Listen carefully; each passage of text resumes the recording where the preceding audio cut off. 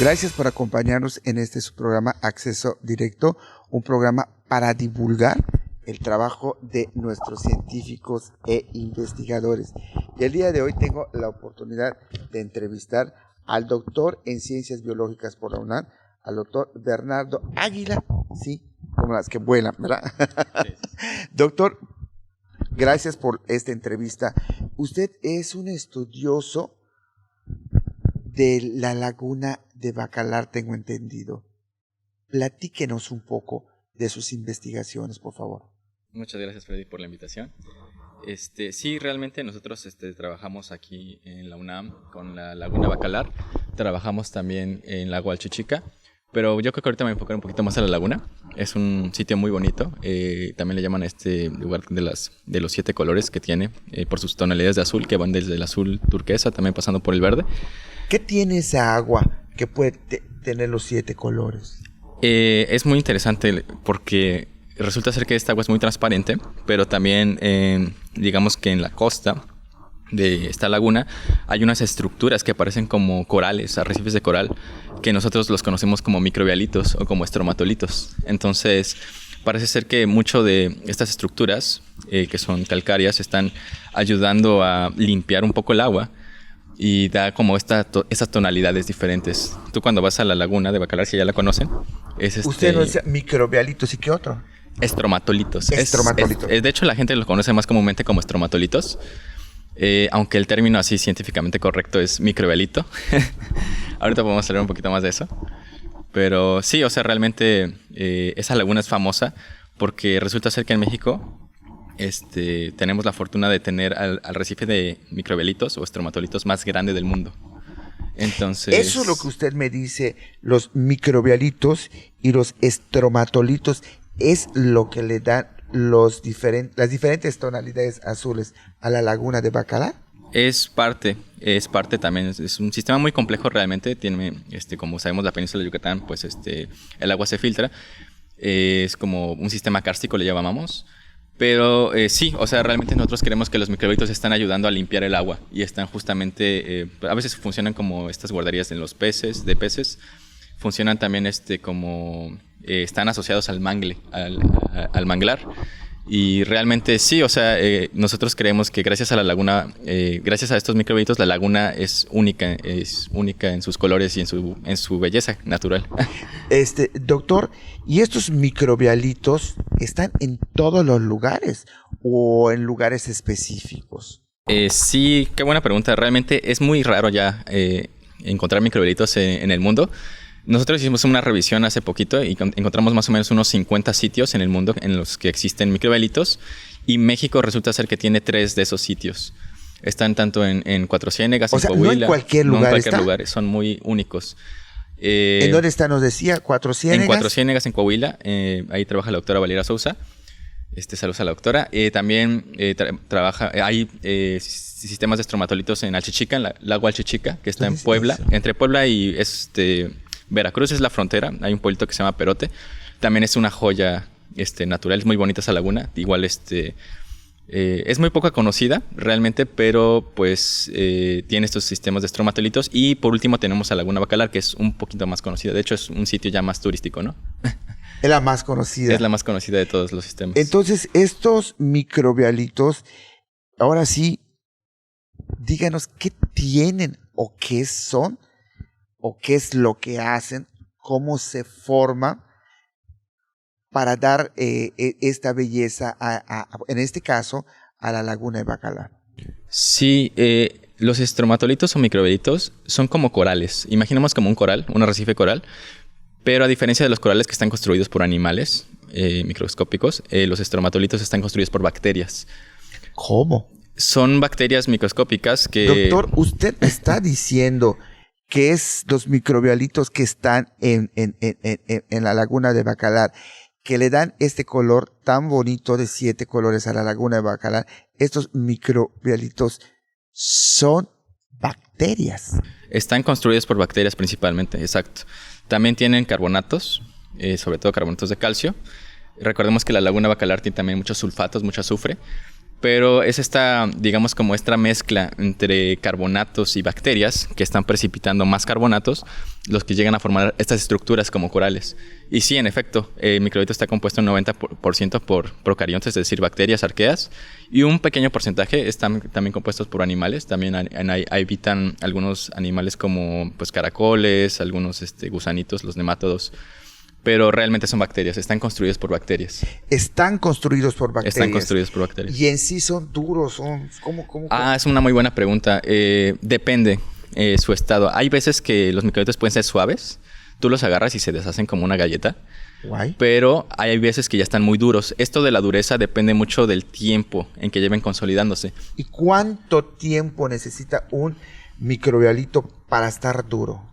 Más o menos, nosotros estimamos que tienen que estar por arriba de, pues, ya maduros son 100 años. ¿Cómo? Los microbitos, hay que o sea, recordar. que no los agarren. Son 100 años para que se formen y queden duros, ¿no?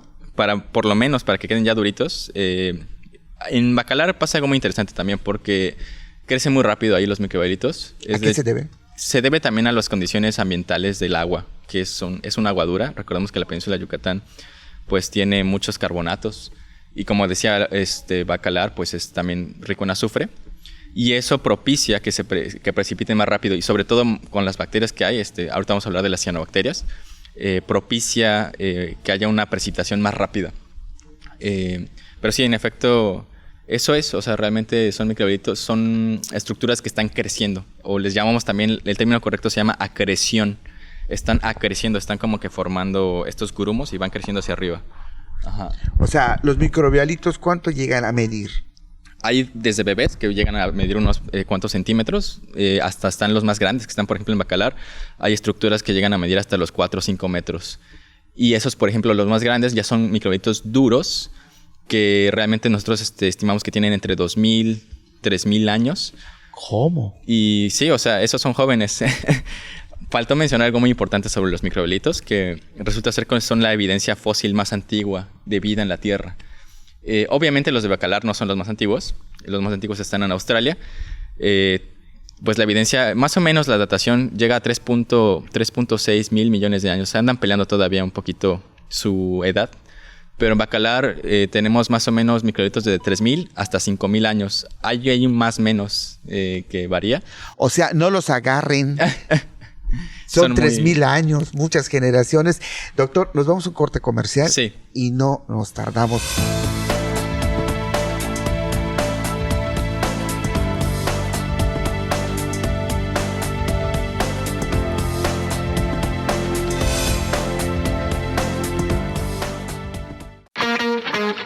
Teleplay, la señal de entretenimiento, cultura, espectáculos, noticias y más. Emitiendo desde Mérida, Yucatán. Disponible en teleplay.tv, servicio de Roku y aplicación gratuita para Apple y Android. Ahora también presente en las ciudades de Tizimín y Valladolid a través de sistema de cable. En Quintana Roo, la señal de Teleplay está disponible en Cozumel a través de cable de Cozumel y en Playa del Carmen a través de cable Riviera Maya. Esto es Teleplay.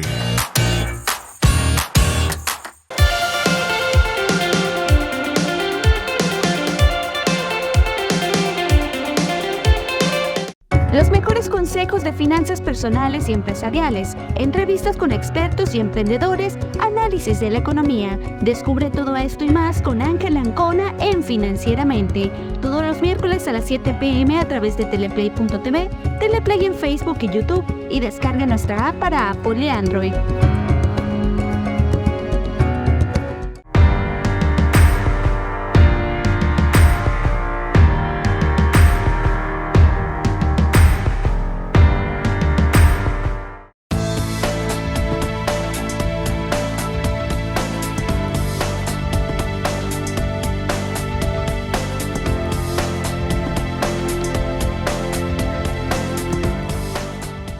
Gracias por seguir con nosotros en su programa Acceso Directo, un programa para divulgar el trabajo de nuestros académicos, nuestros científicos e investigadores. Y el día de hoy estoy platicando con el doctor Bernardo Aguilar. Nos está platicando sobre los microbialitos y estromatolitos que hay en la laguna de Bacalar, que hacen que le den ese color específico de 7 colores. Nos estaba diciendo hace rato que hay estromatolitos que miden 2 metros y tienen 3,000 años de antigüedad, y para crecer pequeñitos son hasta 100 años. Así que la gente ociosa no la agarre, porque destruye, y ¿saben qué está destruyendo? Lo que le da color a la laguna de Bacalar. Doctor, ¿usted qué nos va a mostrar ahorita en este momento? Mira, Freddy, te traje unas muestras de microbelito seco. Realmente estas muestras las puedes tocar. Son como corales, si lo ves bien, ya están secas. Parece una piedra. No sé si alcanzan a notar en la cámara que tiene un pequeño color verde, como azuloso. Esos ya son las cianobacterias que crecen en la parte superior. Ya están muertas realmente, o sea, ya está seco. Y aquí en estos frascos traigo microbelito vivo que estamos creciendo aquí en el laboratorio. Y traje 2 ejemplos. De estos todos estamos hablando de Laguna Bacalar. Si te das cuenta, hay uno que está más verde que el otro. ¿A qué se debe que tengan la coloración verde? Esto se debe al crecimiento de algas y de cianobacterias. Entonces aquí es donde vamos a hablar un poquito de encontrar estas diferencias. Si ven está completamente transparente el agua, ¿no? Entonces esto nosotros lo que conocemos como un microbelito sano. Está básicamente precipitando. Lo que quieren estos microorganismos dentro del microbelito quieren que el agua esté limpia porque necesitan hacer fotosíntesis.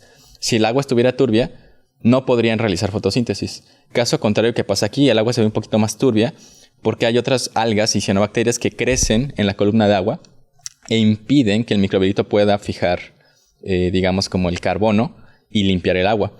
Entonces, aquí es donde El microbelito limpia el agua. El microbelito está constantemente, lo que quiere sus bacterias es precipitar materiales para que pueda entrar la luz y hacer fotosíntesis. Ajá. ¿Y qué bacterias tiene el microbelito que ayudan a precipitar? Muy buena pregunta. Una de las principales bacterias se llaman cianobacterias. ¿Qué son esos, las cianobacterias? Las cianobacterias, mucha gente lo confunde con algas, pero realmente son bacterias microscópicas que son las únicas bacterias que pueden hacer fotosíntesis oxigénica. Es decir, liberan oxígeno y capturan CO2, igual que las plantas. Digamos que la única diferencia entre las algas y las cianobacterias cae en que estas son procariontes, es decir, no tienen un núcleo definido, y los eucariontes, recordemos que ya tienen núcleo, tienen como procesos celulares más complejos. Las bacterias son muy simples.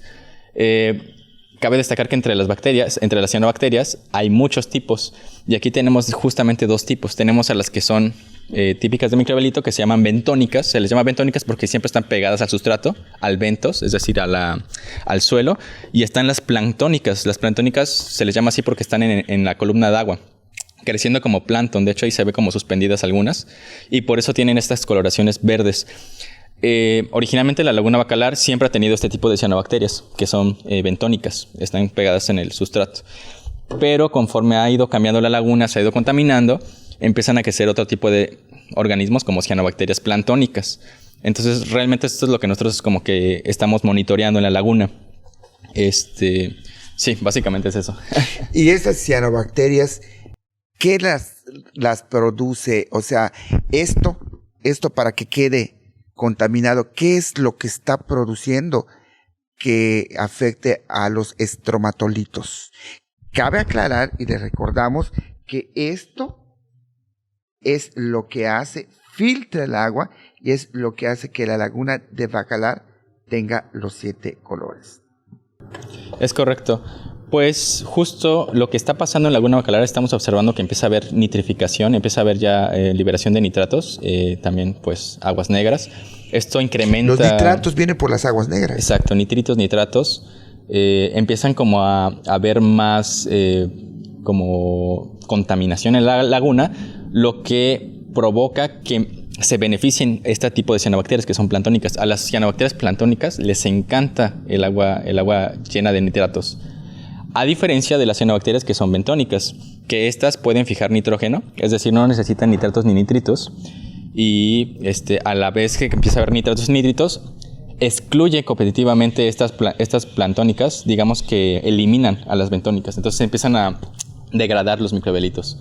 porque empieza a haber un aumento de nutrientes en la columna de agua. Recordemos que la laguna Bacalar pues es una columna de agua limpia, o sea, le llamamos oligotrófico. O sea, no hay nitratos, no hay nitritos, si acaso hay sulfatos, pero realmente el agua se mantiene sin nutrientes. Y hay pocas cianobacterias que pueden vivir sin nutrientes, como son estas que están acá. Y son lo que justamente están como conservando al microbialito, ¿no? Si empieza a haber estos fenómenos de urbanización y estos fenómenos de crecimiento alrededor de la laguna, empieza a haber, pues, digamos, entre más turismo, ustedes también sabemos que la gente pues va y también, pues, ahí queda la urea, quedan otro tipo de nutrientes disponibles para que crezcan este tipo de bacterias. Si ustedes van a Bacalar, ya hay algunas zonas que ya están siendo protegidas, sobre todo estos cocalitos, por ejemplo. Aquí podemos ver que el microbialito ya está completamente, pues, de un color que no es... Porque se habla mucho, está cambiando la laguna de Bacalar sus colores. ¿Es por esto? A raíz de que ha habido más incremento, digamos, en la introducción de nutrientes en la laguna, empieza también a decaer el microbialito y empiezan a crecer otro tipo de algas y de cianobacterias que no son naturales de la laguna. Y empezamos a ver ese tipo de coloraciones, ¿no? Esto es típico, por ejemplo, tú vas a Chapultepec y ves una nata de algas verde. Eso es una laguna eutrofizada, o sea, es decir, es un lago que tiene muchísimos nutrientes y entonces crece todo planctónico, todo crece en la columna de agua. A diferencia de los sistemas de agua que son casi cristalinos, como aquí en Yucatán tenemos cenotes y así. Sí, hay cianobacterias, pero estas cianobacterias son especies que están adaptadas a vivir sin nutrientes. Y al contrario de vivir en la columna de agua, viven, digamos, en el ventos, en el sedimento. En este caso, la aparición de algas está afectando a los microbialitos y a los colores de la laguna de Bacalar. En efecto, sí, es lo que estamos viendo. Justamente que ustedes lo pueden comparar. Esto es un microbialito, digamos, que ya está parasitado por algunas planctónicas y esto es como debería verse. De hecho, tú vas a la laguna Bacalar y el microbialito se ve como el color de sedimento, se ve un poquito café, un poquito blanco. ¿Eso es bueno o malo? Eso es bueno. Tú cuando abres el microbialito se ve como blanco, como este tipo de estructura. Y por dentro están las cianobacterias, que son bentónicas, haciendo su trabajo, están precipitando. A ellas les gusta estar enterradas, digamos. Son cianobacterias que les gusta estar ocultas bajo sedimento. Entonces están atrapando, digamos, todo lo que está flotando en la columna de agua, lo atrapan y van creciendo esas estructuras. En el momento en que empiezas a ver este tipo de coloración, de que ya las cianobacterias están fuera de control, o sea, ya se salieron del microbialito, eso es como una señal de que ya no... La capacidad... Exacto. De limpiar el agua las está superando, ¿no? Exacto. Nos vamos a un corte comercial y regresamos.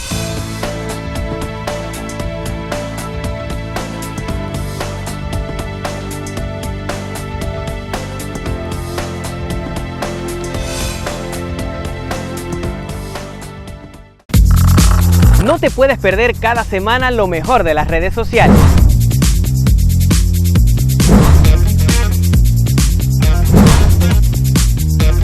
Generación Like llegó para quedarse.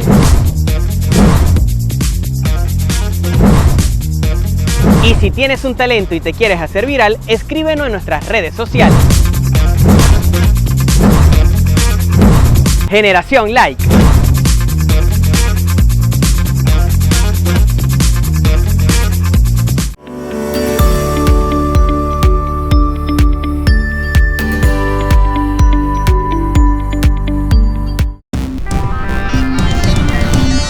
Mantente informado de los sucesos más relevantes de la península de Yucatán. De lunes a viernes en punto de las 2:30 de la tarde y repetición a las 6 de la tarde a través de nuestra app y redes sociales. Solo por Teleplay.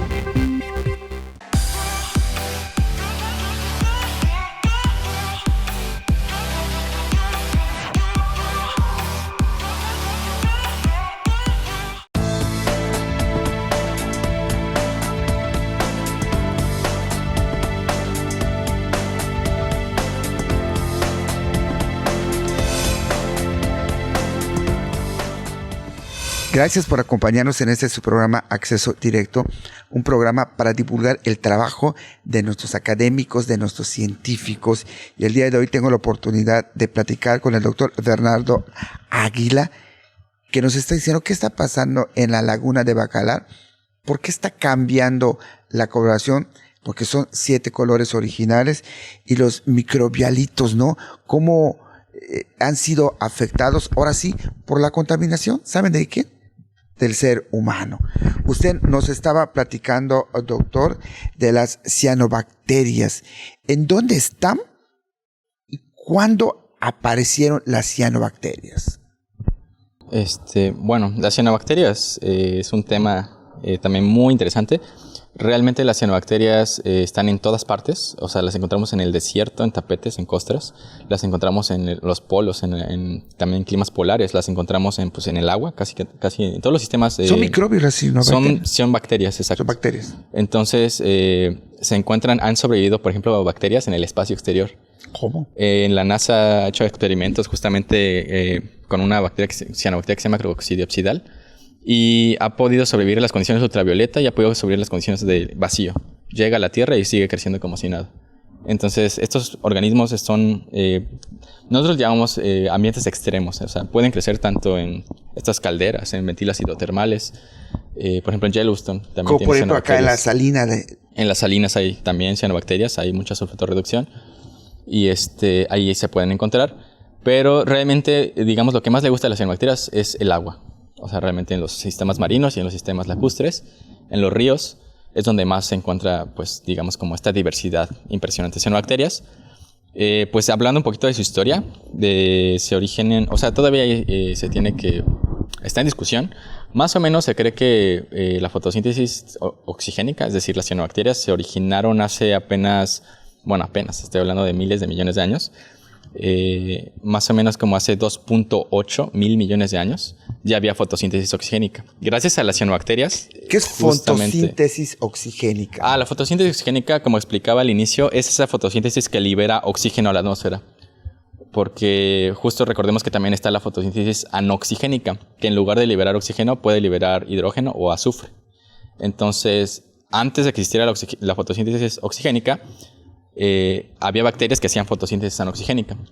Recordemos que en nuestro planeta pues no había oxígeno antes. Cuando se creó la Tierra no había nada de oxígeno, había pues mucho dióxido de carbono, y a raíz de que se crearon, digamos que surgieron estas bacterias como las cianobacterias, empezaron a liberar oxígeno a la atmósfera, o sea, gotita a gotita, por miles de millones de años, hasta el momento en que ya por ahí de hace 2.4 mil millones de años ya había bastante oxígeno en la Tierra y dio origen a toda esta evolución de macroorganismos que pues hoy en día pues conocemos como animales, plantas, pues ya toda esta gran diversidad de bichos, ¿no?